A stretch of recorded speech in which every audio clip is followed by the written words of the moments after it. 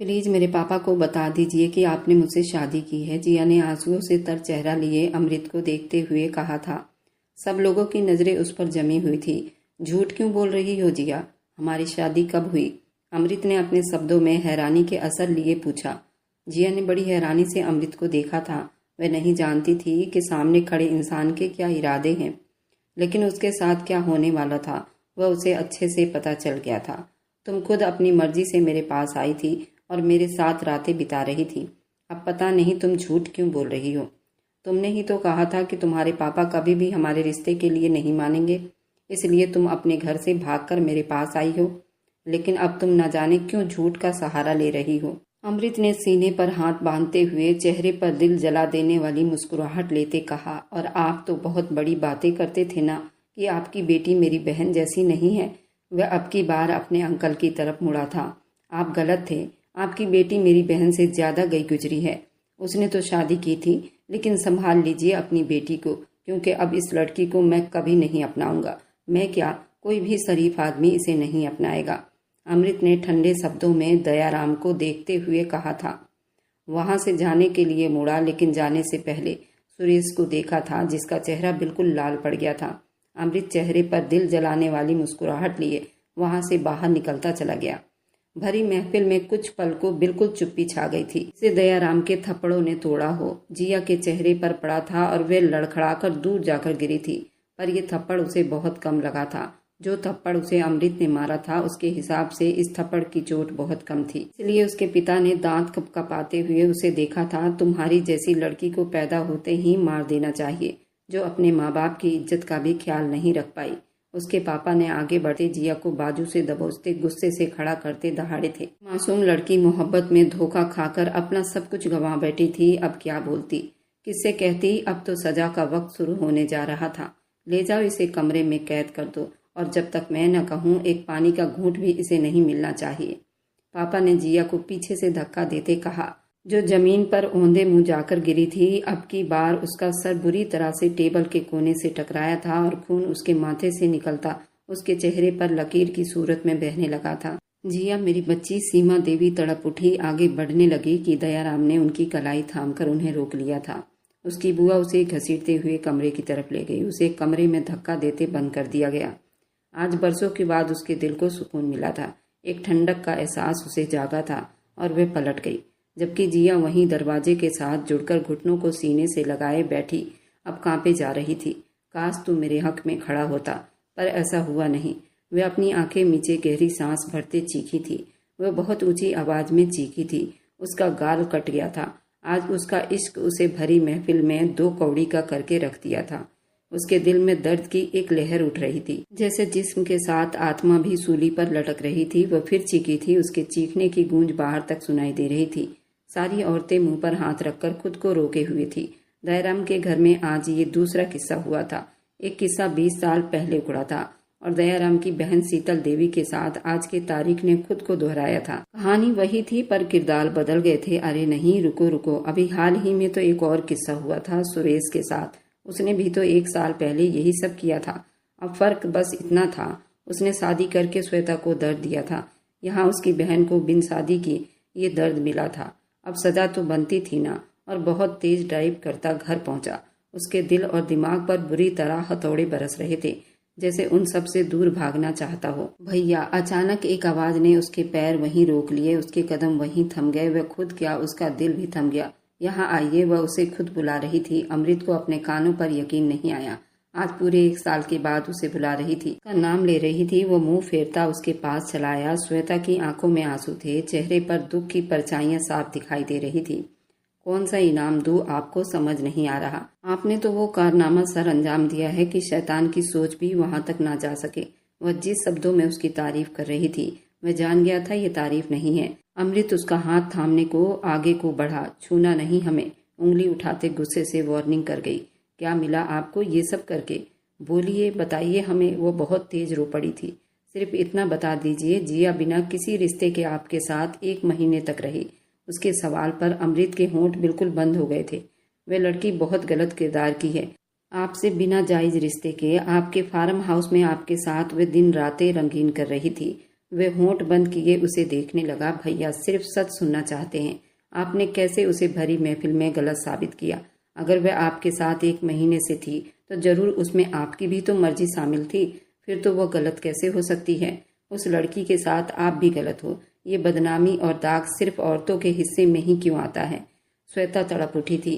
आंसुओं से चेहरा तर था। बहन, तुम्हारे हिस्से में भी तो आया था ना? तुमने नहीं सहा ये सब परेशानी? श्वेता चीख उठी थी। बोली, हमें मत जोड़िए इस सब के साथ। ये सब कहकर आप अपने आप को जस्टिफाई नहीं कर सकते। आपने आज एक अच्छी लड़की के किरदार पर इल्जाम लगाया है, क्योंकि हम जानते हैं जिया बिल्कुल भी झूठ नहीं बोलती। श्वेता के शब्द ने अमृत को आसमान से जमीन पर फेंक दिया था। उसे लगा जैसे बिना हाथ उठाए बहन ने उसके मुंह पर तमाचा मार दिया हो। बहुत गलत किया है आपने भैया। हमारे साथ सुरेश ने जो भी किया 4 दीवारी में किया, और आपने भरी महफिल में अपनी ही इज्जत को तार तार करके रख दी। कैसे वह लड़की जिसको आपने अपनी बाहों में रखा, उसे दिन रात सीने से लगाए रखा, आज उसे खुद से अलग करते, उसे दर्द देते आपका दिल नहीं दुखा? क्या आपके सीने में खून का लोथड़ा है क्या? श्वेता ने उसके दिल की जगह पर उंगली रखी थी। इसमें वो खून का लोथड़ा ही तो था। अपनी बहन के बदले लेने के चक्कर में अपनी ही इज्जत को अपने ही हाथों से गंवा बैठा था।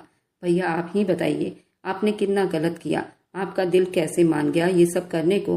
वह तो मासूम थी, आपसे सच्चा इश्क कर बैठी थी। वह इश्क में ये सब कर गई थी, घर से भाग आई थी, और आपने उसके साथ कितना गलत किया है। अब हमें आपको अपना भाई कहते शर्म आ रही है। गलत नहीं किया मैंने। जो उन्होंने बोया वही काटेंगे। बात जब तक मजे की लगती है, जब तक दूसरे की इज्जत पर नहीं आती, लेकिन जब अपनी इज्जत पर बात आती है तब पता चलता है दूसरों का दर्द, जो वह दूसरों को देते हैं। दयाराम, जिसने 1 साल पहले अपने घमंड और अहंकार में मेरी बहन को बदनाम करवाया, अपने बेटे से इज्जत की धज्जियां बिखेर दी, घर से निकाल दिया, भूल गई वो सब। लेकिन मैं नहीं भूल सका उस दिन को। उसके दिल में तूफान भरा हुआ था। जब तक बदला नहीं ले लेता कैसे जाने देता उस। क्या भैया अब आपको सुकून मिल गया? वह एक ही सवाल में उसे हिलाकर रख गई थी। हाँ, बिना दिल के सुने वह गुस्से से बोलता चला गया। फिर एक बार आप पवित्र किताब खोलकर पढ़ लीजिए। उसमें भगवान ने किसी भी औरत पर झूठा इल्जाम लगाने के बारे में क्या लिखा है। आपका सुकून और घमंड खत्म हो जाएगा। वह अपनी कहती वहां से चली गई, जबकि अमृत का दिमाग खूनखार में बदल गया था। पवित्र किताब में कभी भगवान औरतों पर जुल्म करना नहीं सिखाता। ऐसी बातों को इंसान कभी नहीं अपनाता। वह अपने अहंकार और घमंड में उसके मन में जो आता है वह कर जाता है। औरतों पर इल्जाम लगाते हैं, वे हर जन्म में कष्ट भोगते हैं। सुरेश अपने कमरे में था। वह अपने आप को सबसे दूर रखे हुए था। जिया, उसकी बहन, 1 महीने पहले ही घर छोड़कर चली गई थी। उसे काफी ढूंढा गया, लेकिन वह ना मिली, और फिर सब घर वालों ने उसे मुर्दा समझ लिया। और आज 1 महीने के बाद वह अमृत के साथ उनके सामने खड़ी थी, जब सुरेश की मंगनी की रस्म हो रही थी। घर मेहमानों से बिल्कुल भरा हुआ था। तभी वह लौट आई थी अमृत के साथ, और ये दावा कर रही थी वह अमृत से शादी कर चुकी है। सुरेश ने छोटी कांच की टेबल दूर उछालकर फेंक दी, जो छन्न से टूट गई थी। वह आदमी शादी से मना कर रहा था, और उसकी बहन जिन नजरों से उसे देख रही थी, 1 साल पहले उन्हीं नजरों से श्वेता ने उसे देखा था। तब वो पत्थर का बना हुआ था। सब घर वालों के सामने उसे जलील कर दिया गया था। उसे घर से निकाल दिया गया था। आज उसका भाई अपना बदला सूद समेत ले लिया था। वह चीखना चाहता था, लेकिन कोई भी वहां नहीं आया। आज दोनों बहन भाई ऐसे बर्बाद हुए थे, कोई संभालने वाला नहीं था, और एक दूसरे को तो वो संभालने की पोजीशन में भी नहीं थे। अब तो दिन से रात हो गई, रात से सुबह, और अब दिन का वक्त हो रहा था। दयाराम के घर में चारों तरफ सोग ही सोग था, जैसे कहीं कोई मर गया हो। अरे कलमुही, जल्दी हाथ चला, मेरे सर में तेल लगा, मुझे नहाना भी तो है। शीतल देवी ने नौकरानी को डांट कर बोला, तो वह डर गई। जल्दी जल्दी हाथ चलाने लगी, जबकि शीतल के चेहरे पर खुशी ही खुशी दिखाई दे रही थी। सीमा देवी उसे देखकर सिर्फ दांत पर दांत जमा कर रह गई थी। इतना बड़ा हंगामा खड़ा हो गया था, लेकिन उसको हवा देने वाली वे औरत शीतल देवी उठकर अपने कमरे की तरफ बढ़ी कि सीमा देवी ने दूर से ही रागिनी को जिया के कमरे में जाने का इशारा किया ताकि उसको देख ले। उसने आंखों ही आंखों में अपनी आंटी सीमा देवी को तसल्ली दी और बहुत चुपके से वहां से उठी ताकि शीतल देवी को पता न लग सके, वरना उस औरत ने एक तूफान खड़ा कर देना था। धीरे से दरवाजा खुला, लेकिन वह अभी तक जमीन पर बैठी घुटनों में सिर दिए थी। रागिनी उसके पास जाकर बैठी। एक ही दिन में क्या हाल हो गया था उसका। दीदी रागिनी उसके पास बैठे आंसुओं से तर आवाज से उसे बुला गई, लेकिन उसके आने पर भी जरा सी उसके अंदर कोई हरकत नहीं हुई। रागिनी ने उसका हाथ थामना चाहा तो उसे लगा जैसे उसने किसी जलती हुई भट्टी में हाथ दे दिया हो। जिया बहुत ज्यादा गर्म थी। रागिनी ने उसके माथे पर हाथ लगाकर महसूस किया। वो बहुत तेज बुखार में तप रही थी, लेकिन अपनी जगह से टस से मस नहीं हुई थी। दीदी प्लीज उठ जाइए, आपको बहुत तेज बुखार हो रहा है। रागिनी ने उसे सहारा देकर उठाने की कोशिश की, लेकिन वह वहीं बैठी बिना पलक झपकाए किसी मुर्दे की तरह घूरती चली जा रही थी। दीदी वह अब रोते हुए उसे अपने सीने से लगा चुकी थी। जिया ने एक गहरी सांस भरी। रागिनी उसे सहारा देकर उठाती बिस्तर पर ले गई। उसकी बिखरी हुई हालत देखती रागिनी का दिल खून के आंसू रो रहा था। हमेशा लड़की ही क्यों पिसती चली आ रही है?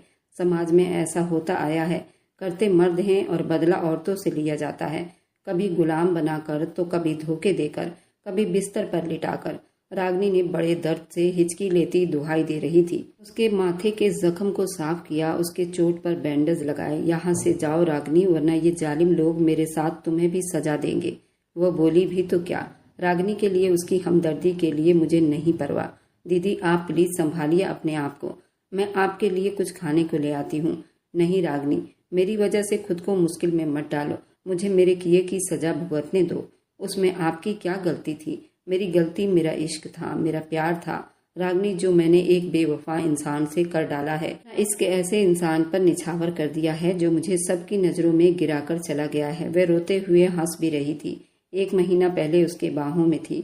उसने मुझे अपने जिंदगी में शामिल किया था, अपने वजूद का हिस्सा बनाया था। कितनी आसानी से सबके सामने हमारे रिश्ते को ही नाजायज करार दे दिया। मुझे गद्दार कर दिया, मुझे एक कैरेक्टर लेस लड़की साबित कर दिया। वह मासूम बच्चों की तरह रोते हुए रागिनी से पूछ रही थी।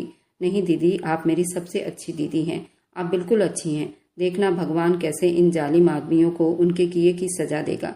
ये सब सुरेश भाई की वजह से हो रहा है। उन्होंने श्वेता के साथ इतना बुरा व्यवहार किया था, उसे बदनाम किया गया था। वो बेड के साइड से टेक लगा गई। बदला नहीं था ये, यहाँ मोहब्बत का कत्ल हुआ है। मोहब्बत की दास्तां शुरू हुई थी एक लैला मजनू से। जानती हो ये बर्बाद कब हुई? साहिबा की बेवफाई पर। उसने तो तीर तोड़े थे अपने भाइयों को बचाने के लिए या फिर मजारा को बचाने के लिए, पर निकली तो बेवफा ना। वो बेवफाई का सिलसिला तभी शुरू हो गया। मोहब्बत कहाँ सच्ची रही, सभी खुद गर्ज ही निकल रहे हैं। आज खुद को सही साबित करने के लिए अमृत ने मुझे नीचा दिखाया।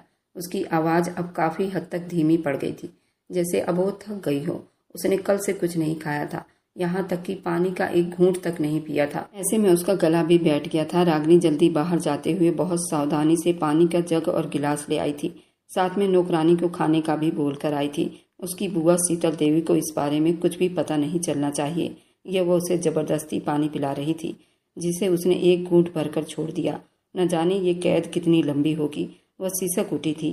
पापा और चाचा का बस चलता तो मुझे मार डालते, फिर इतना तरस क्यों खाए, मुझे जिंदा क्यों छोड़ दिया? उसने रागिनी से सवाल किया, जिसका जवाब फिलहाल रागिनी के पास भी तो नहीं था। नौकरानी से खाना लाती जबरदस्ती उसने जिया को खाना खिलाया, जिसे थोड़ा सा खाकर छोड़ दिया। रागिनी उसे दवाई देती चुपचाप बाहर निकल आई। अब वह धीरे धीरे नींद के वादियों में खोने लगी थी। मैं तुमसे शादी नहीं कर सकता जिया, वापस लौट जाओ। नहीं, मैं आपसे इश्क करती हूँ अमृत, मुझे यूं मत वापस भेजो। वह उसके सीने से लगी थी। अमृत ने धीरे से उसे खुद से दूर किया था। जानती हो ना, हमारी थोड़ी खानदानी दुश्मनी है। क्या कुछ नहीं हुआ है 1 साल पहले सुरेश ने श्वेता के साथ क्या कुछ किया था? वो बेवफा निकला मेरी बहन का। तुम भी तो उसी खानदान की हो ना, तुम भी बेवफाई करोगी। जब साथ देने का वक्त आएगा तुम साथ छोड़ दोगी। मैं तुमसे मोहब्बत तो कर लूं, पर तुम्हारा भरोसा कैसे करूं? मैं अपनी जान दे दूंगी अमृत, लेकिन भगवान की कसम बेवफाई नहीं करूंगी। फिर उन दोनों ने ये शादी कर ली। जिया ने अपनों को छोड़ दिया अमृत की मोहब्बत में। वह अब बिल्कुल चुप हो गई और अमृत को अपना लिया। अमृत उसे अपने फार्म हाउस ले गया, जहां उन्होंने अपनी खूबसूरत जिंदगी की शुरुआत की थी, एक दूसरे की बाहों में। तुम जानती नहीं जिया, तुम मेरे लिए क्या हो। उसकी बाहों में टूटकर बिखरते हुए उसकी भीगी नरम आवाज को वह आज भी याद कर रही थी। उसका टूटकर प्यार करने पर वह दिन रात पिघलती रही। पत्नी का सुख उसे हर तरफ से देती रही। उसके लिए सारी दुनिया से नाता तोड़ दिया। सारा दिन उस फार्म हाउस में रहती, रात को अमृत की बाहों में वक्त बिताती, और ये वक्त इतनी जल्दी बीता पता ही नहीं चला। जिया करवट लेती, सीधी होती, कमरे की छत को घूरने लगी। आज मेरे पास तुम्हारे लिए एक सरप्राइज है। अमृत के शब्द अभी भी जिया के कानों में गूंज रहे थे। चलो फिर मेरे साथ। उसे तैयार करता, उसे अपने साथ गाड़ी में बिठाए, उसे उसके ही हवेली ले आया था। अमृत, ये आप मुझे कहाँ लेकर आए हैं? वह घबरा गई। जाने मन कब तक यूं अकेले रहेंगे, कभी तो अपनों की ज़रूरत पड़ ही जानी है। वैसे भी तुम्हारी हवेली में खुशी का मौका है, ज़रूर माफ़ी मांगेंगे तो सब माफ़ भी कर देंगे। नहीं प्लीज़ ऐसा मत करो, हमें कोई भी माफ़ नहीं करेगा। आप मुझे यहाँ क्यों लाए हैं, वापस ले चलिए, नहीं तो पापा आपको और मुझे, हम दोनों को मार डालेंगे। वो बुरी तरह से घबरा गई। मेरे होते हुए इतना क्यों डर रही हो, आओ मेरे साथ, आज तुम्हारे पापा को भी मैं देख लेता हूँ। वह उसका हाथ थामे उसे हवेली के चौखट पर ले गया था। 1 महीने से ज्यादा समय हो जाने के बाद आज वे सब यूं जिया को देखकर बिल्कुल हैरान हो रहे थे। सुरेश की आज मंगनी थी, वह रिंग पहनाने वाला था और अमृत के पास उससे ज्यादा अच्छा मौका नहीं था अपना बदला लेने का।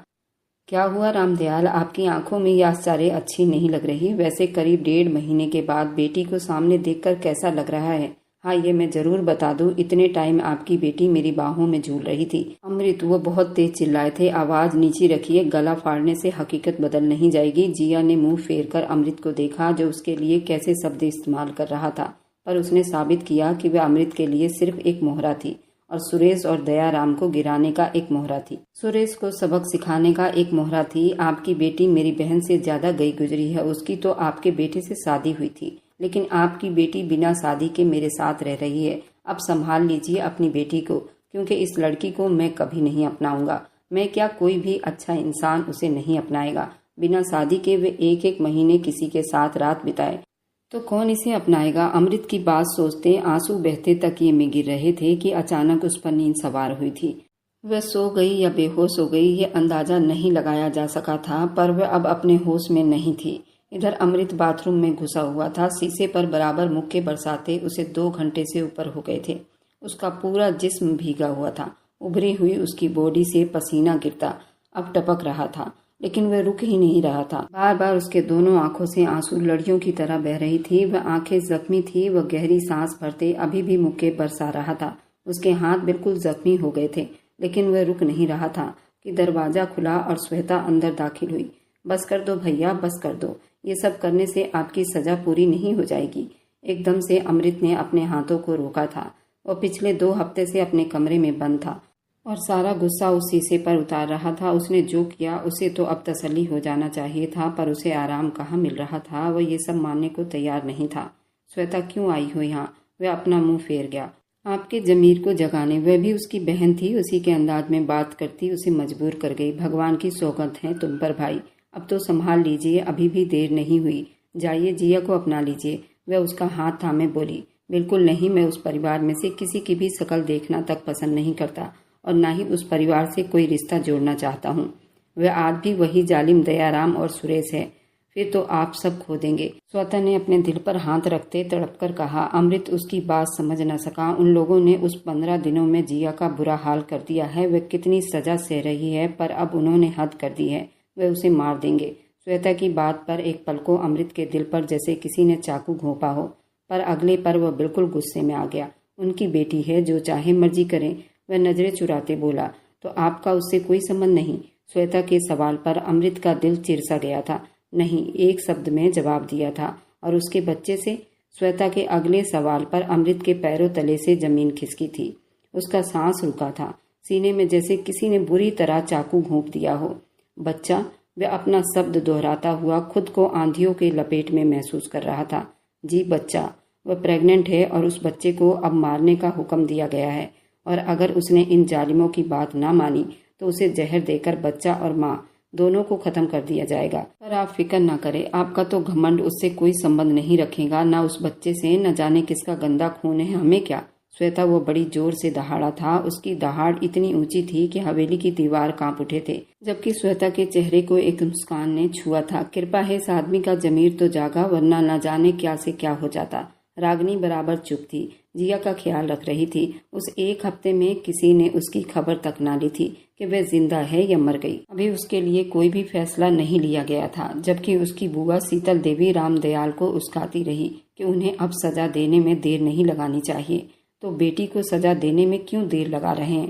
पर वह बिल्कुल चुप थे। उनकी बेटी ने उनका सर शर्मिंदगी से झुका दिया था। फिर भी ये सच था, वह कोई फैसला नहीं ले पा रहे थे। उसकी हालत देखकर रागनी ने बहुत चुप्पी से उसका घर पर ही प्रेगनेंसी टेस्ट किया, जो बिल्कुल पॉजिटिव आया था। जिया दीदी, आप प्रेग्नेंट है। जिया का सांस बिल्कुल रुक सा गया था वह गहरी सांस भरती रागिनी के होठों पर हाथ रख गई। किसी से कुछ मत कहना, वरना ये जालिम लोग मेरे बच्चे को भी मार देंगे। वह बहुत दुखी थी, दर्द में, तकलीफ में थी, और यहाँ सब इसके अपने ही इसके दुश्मन बने हुए थे। ये बात छुप कहाँ सकती थी, उन्होंने तो छुपा लिया, लेकिन ये खबर किसी नौकरानी के थ्रू उसकी बुआ शीतल देवी ने उन तक पहुँचा दी और वे दंदनाते हुए जिया के कमरे में पहुँच गई। उसे बालों से थाम कर उससे बाहर खींच कर ले आई और आंगन में पटक दिया। उसके बाजू छिल गए थे। वह एक गलत लड़की साबित हुई थी।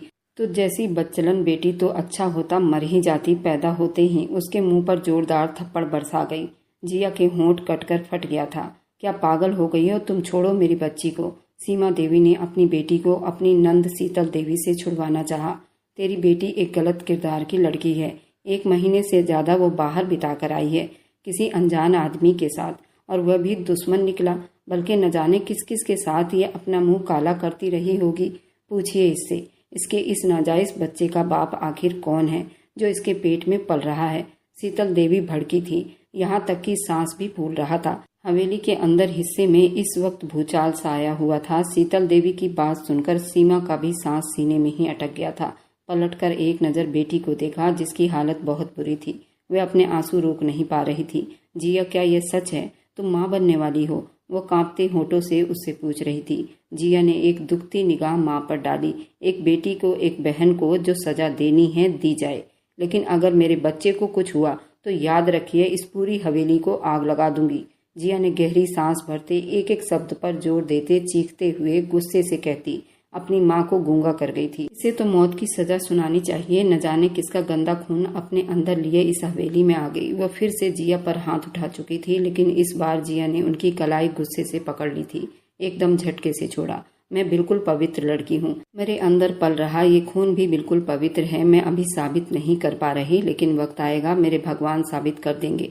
लेकिन अब अगर आपने मुझ पर हाथ उठाया तो आपको ये जरूर बता दूंगी, अगर आप इस घर की बहन हैं तो मैं भी इस घर की बेटी हूँ। मेरे रगों में भी रामदयाल का ही खून दौड़ता है। जिया के दबंग अंदाज एक पल को उसकी बुआ शीतल देवी को हिलाकर रख दिए थे। जिया, रागिनी को अंदर ले जाओ। रागिनी जल्दी से सहारा देती उसे अंदर ले गई। मेरी बेटी से दूर रहो शीतल देवी, अपनी नाकाम मोहब्बत का बदला मेरी बेटी से मत लो, उसे उसके हाल पर छोड़ दो। सीमा देवी ने शीतल देवी से दांत पीसते हुए कहा। वे अब खूनखार नजरों से उन्हें देख रही थी। अब कुछ और सोचने लगी। कुछ दिन बहुत चुप से बीते। तभी रागिनी ने शीतल देवी की सारी बातें सुन ली थी। जिया को जहर का इंजेक्शन देने वाली थी ताकि माँ बच्चा दोनों मर जाए। ऐसे में रागिनी को समझ नहीं आया वह कैसे जिया को बचाए। उसने श्वेता को कॉल कर दी और उसे सारी बात बताकर जिया को बचाने को कहा।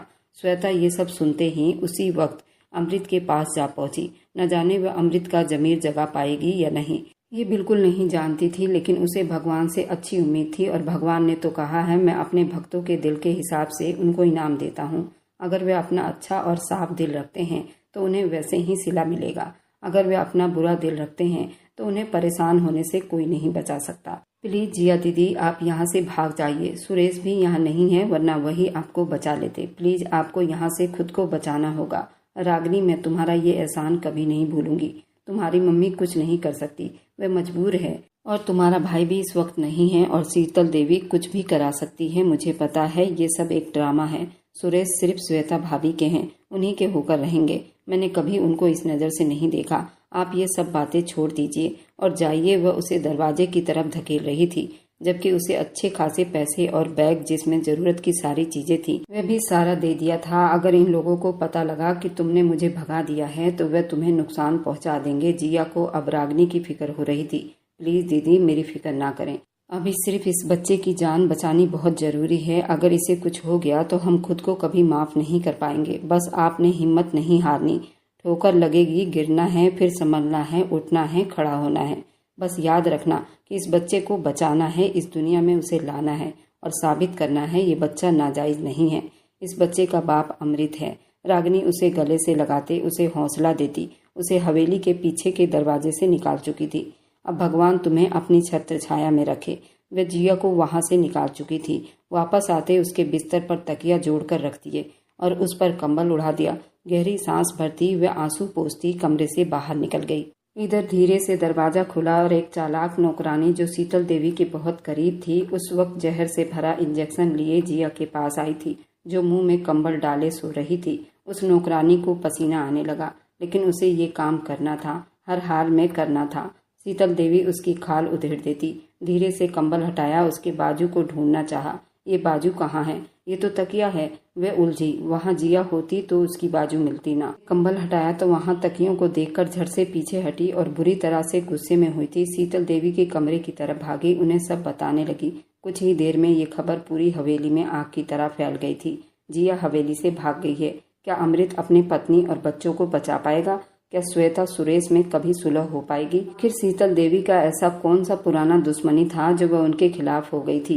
इस कहानी को देखने के लिए इसके दूसरे भाग को जरूर देखिए। इस कहानी का दूसरा भाग कहानी के पहले भाग के कैप्शन में मिल जाएगा, वहां से आप पूरी कहानी देख सकते हैं। और मेरी वीडियो जहां कहीं से भी आप लोग देखते हैं, कमेंट में अपने शहर और राज्य का नाम जरूर बताइए। मुझे आप लोगों के कमेंट पढ़ने में बहुत आनंद आता है और उन सभी का मैं बहुत बहुत धन्यवाद करना चाहती हूँ। जो लोग मेरी वीडियो को देखते हैं, लाइक करते हैं और शेयर करते हैं। अगर आपको आज की कहानी पसंद आई है तो वीडियो को जरूर लाइक कीजिएगा और अपने दोस्तों के साथ शेयर भी कीजिएगा। और हाँ, अगर आपने अभी तक हमारे चैनल को सब्सक्राइब नहीं किया है तो जरूर सब्सक्राइब कर लीजिए। मिलते हैं हम अपनी कल की एक और नई दिलचस्प कहानी के साथ। मुझ पर सदा अपना प्यार और स्नेह बनाए रखें। सभी को मेरा प्यार भरा नमस्कार दोस्तों। खुश रहें, स्वस्थ रहें, मस्त रहें।